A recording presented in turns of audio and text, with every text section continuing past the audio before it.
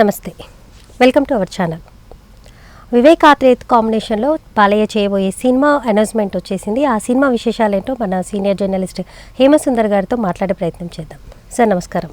నమస్తే అండి. సార్, వివేక్ ఆత్రేయతో బాలకృష్ణ చేయబోయే సినిమా ఫైనల్ అయిపోయింది. సో ఆ సినిమా పేరు కూడా ఖరారైపోయింది అని వార్తలు వినపడుతున్నాయి. సో ఆ సినిమా పేరు, ఆ సినిమా విశేషాలు ఏంటి సార్? మీరు ఇట్లా అడుగుతుంటే నాకు ఆలు లేదు చూలు లేదు, కొడుకు పేరు సోమలింగం అని సామెత గుర్తొస్తుంది. అంటే ఏమీ లేకపోయినా మాకైతే వార్తలు వినపడుతున్నాయి. అదే వినపడతామంటే కనపడుతున్నాయి మీకు వెబ్సైట్లో. అదే అక్కడ ఇంత జరిగితే బయటకి ఇంత వస్తుందండి ప్రచారం. ఓకే, ఇప్పుడు సినిమా వివేక్ ఆత్రేయ కథ చెప్పారు అనే మాట నిజం, లేకపోతే ఆ వార్త రాదు. అంతవరకు కన్ఫర్మ్. కథ చెప్పారు అంతవరకు కన్ఫర్మ్. అది కురుక్షేత్రమా లేకపోతే ఇంకో క్షేత్రమా అదే తెలియదు ఎవరు. మీరు ఏ క్షేత్రం అయినా కురుక్షేత్రం అన్న పేరే వచ్చింది, పేరు బయటకు వచ్చింది. అవును, అది ఒకటి. తర్వాత చాలామంది వినిపించారు కథలో. ఇప్పుడు మార్కో డైరెక్టర్ వినిపించాడని, లేకపోతే హరిశంకర్ గారు వినిపించారని, ఇంకా రకరకాల పేర్లు ఉన్నాయి. కానీ ఇప్పుడు మళ్ళీ లేటెస్ట్గా కురుక్షేత్రం వైరల్ అవుతుంది. పైగా ఈ కురుక్షేత్రం అనేది 2 భాగాలుగా రాబోతుందని చెప్తున్నారు. 2 పార్ట్లుగా రాబోతుంది అంటున్నారు. అంటే బహుశా మైథాలజీ సబ్జెక్టు అప్పట్లో అనుకున్న మైథాలజీనే మళ్ళీ బాలయ్యతో చేస్తున్నారా వివేక్ ఆత్రేయ? అసలు వివేక్ ఆత్రేయ ఇలాంటి సినిమా సబ్జెక్ట్ హ్యాండిల్ చేయగలడా, ఇంత పెద్ద సబ్జెక్ట్ని? ఇలాంటి డౌట్లు ఉంటాయి. ఓకే సార్, మైథాలజికల్ ఇప్పుడు పార్ట్స్ 2 అని మీరు అంటున్నారు. ఇప్పుడున్న టైంలో ఒక సినిమా తీస్తేనే అది రిలీజ్ అవ్వడానికి చాలా టైం పడుతుంది. ఏవో ఒక రకమైన అడ్డంకులు ఏర్పడుతూనే ఉన్నాయి. ఇప్పుడు పార్ట్స్ 2 లాగా సినిమాలు తీసి మళ్ళీ దానికి ఏదో అడ్డంకులు పెట్టేసి ఈ సినిమాను కూడా ఎంతో ల్యాగ్ చేసి ఎన్ని రోజులు పోస్ట్పోన్ చేస్తారనుకోవచ్చు. అదే పార్ట్ 2 2 పార్ట్లుగా చేస్తే ఇబ్బంది అవుద్ది. ఒక పార్ట్గా చేసుకుంటారా? ఫస్ట్ ఒక పార్ట్ చేసుకోవాలి, తర్వాత అది సక్సెస్ అయింది అనుకోండి ఇంకో పార్ట్కి వెళ్తారు.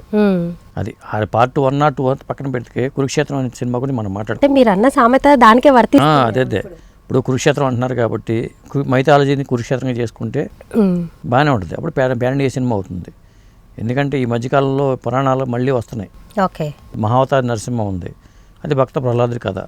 అదే 1931 తెలుగు సినిమాకి మొదటి టాక్ ఏంటంటే భక్త ప్రహ్లాద్గా చెప్తూ ఉంటారు. కొంతమంది ఇంకో పేరు కాళిదాసు చెప్తూ ఉంటారు.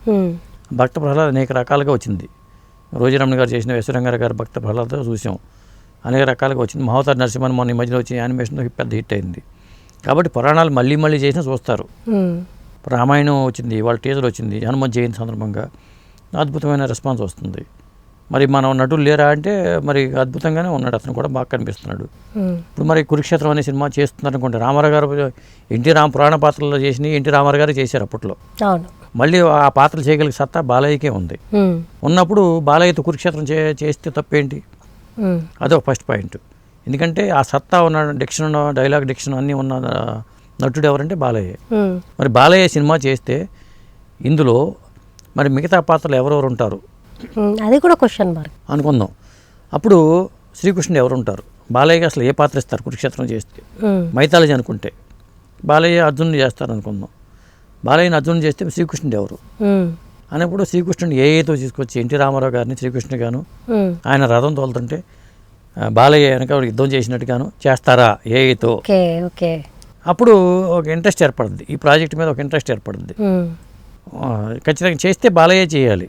మరి ఎందుకంటే ఎన్టీ రామారావు గారి పాత్రకి రైట్స్ కొనుక్కోవాలన్నా అవ్వాలంటే అది బాలయ్య వల్ల అవుతుంది. కాబట్టి ఈ సినిమా చేయాల్సి వస్తే ఖచ్చితంగా ఏతో ఎన్టీ రామారావు గారిని దింపేటైతే బాలయ్య ఖచ్చితంగా ఉండాలి. బాలయ్య కూడా ఇది ఓకే చెప్పారు అని అంటున్నారు కాబట్టి అలా జరిగిందేమో తెలియదు, ఎంతవరకు తెలియదు. అది సార్, గతంతో పోల్చుకుంటే వివేక్ ఆత్రేయ సినిమాలు ఈ సినిమాకి ఇప్పుడు బాలయ్యతో చేయబోయే సినిమాలు ఎలా వేరియేషన్ ఉంటుండొచ్చు అంటారు? ఇప్పుడు వివేక్ ఆత్రేయ చేసిన చిన్న సినిమాలు చేశారు. ఫస్ట్ ఎప్పుడైనా ఏ దర్శకుడికైనా ఫస్ట్ చిన్న సినిమాల నుంచి వస్తాడు. ఒకేసారి అతని మీద నమ్మకం పెద్ద సినిమాలు ఎవరు తను ప్రూవ్ చేసుకోగలిగితే పెద్ద హీరోలు యాక్సెప్ట్ చేస్తారు. అట్లా సరిపోతా శనివారం నాని దాకా వచ్చాడు. ఇప్పుడు నాని నుంచి బాలయ్య దాకా అతను వచ్చాడు. కాబట్టి అతని మీద ఒక నమ్మకంతో ఖచ్చితంగా అవకాశం ఇస్తారు, ప్రూవ్ చేసుకున్నాడు కాబట్టి. అట్లా ఉంటుంది.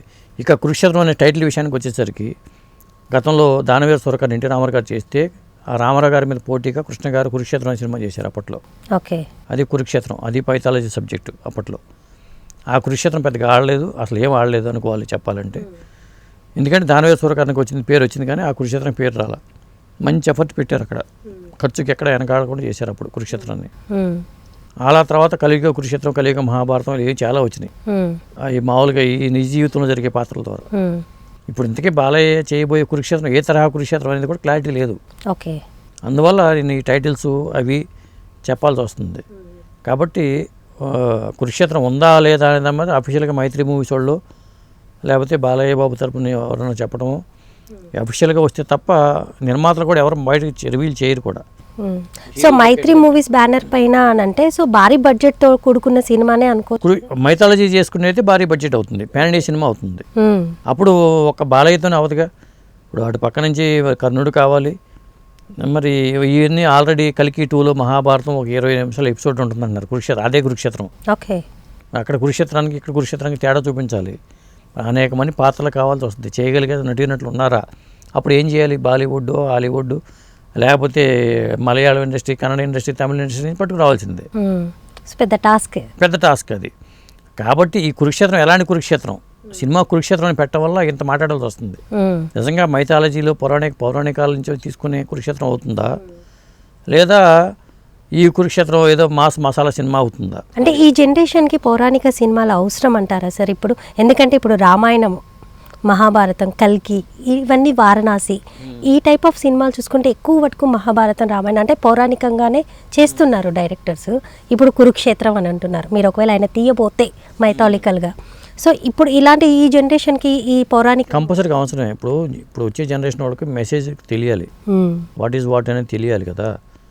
ఇప్పుడు మరీ చెప్పేది రామాయణం ఏంటంటే మనిషి ఎలా నడుచుకోవాలో, రాముడి ప్రయాణం, తండ్రి మాట నిలబెట్టడానికి శ్రీరాముడు అడవు మన వనవాసనకి వెళ్ళిపోయిన సంగతి మాకు తెలిసింది. అంటే తండ్రి మాటకి ఎంత విలువనిస్తున్నాడని చెప్పారు అక్కడ. అంటే తండ్రి కొడుకుల బంధం ఎలా ఉంటుందో చెప్పారు. ఆనందముల అనుబంధం ఎలా ఉంటుందో అక్కడ చూపించారు రామాయణంలో. మనిషి ఎలా ఉండకూడదో మహాభారతం పాత్రల ద్వారా మాకు అర్థమవుతూ ఉంటుంది. ఎందుకంటే రకరకాల పాత్రలు ఉంటాయి. కర్ణుడు మంచివాడా చెడ్డవాడా, లేదా దుర్యోధనుడు మంచివాడా చెడ్డవాడా అని కాకుండా ఇప్పుడు శకుని కానీ పాత్రలు కానీ, లేకపోతే దుర్యోధనుడు లాంటి పాత్రలు కానీ, మరి చాలా పాత్రలు ఉంటాయి మహాభారతంలో. ఓకే. కాబట్టి మనిషి ఎలా నడుచుకోకూడదో, అంటే ఇలా ఉండకూడదు అనే సందేశం కూడా మహాభారతంలో తెలుస్తుంది ఇవన్నీ. కాబట్టి ఇవన్నీ మెసేజ్ ఓరియంటెడ్ సినిమాలే. ఇప్పుడు జనరేషన్కి దీన్ని కొత్త తరహాలు చెప్పామనుకోండి, ఖచ్చితంగా జనాలు నచ్చుతుంది. మనకి ఇప్పుడు మొన్న మోడర్న్ టెక్నాలజీతో, మోడర్న్ తరహా మెసేజ్తో టెక్నాలజీ చెప్తే జనాలకు రీచ్ అవుతుంది, లేకపోతే జనాలకు రీచ్ అవ్వదు కూడా. ఆ ప్రయత్నాన్ని మన వాళ్ళు, సినిమా వాళ్ళు ప్రమాణం చేస్తున్నారు, టెక్నాలజీని బాగా ఉపయోగించుకుంటున్నారు. అదండి. సో చూద్దాం సార్, ఇప్పుడు ఈ కురుక్షేత్రం సినిమా ఏ టైప్ ఆఫ్ కురుక్షేత్రం బాలయ్య సృష్టిస్తారన్నది. నమస్తే. నమస్తే అండి.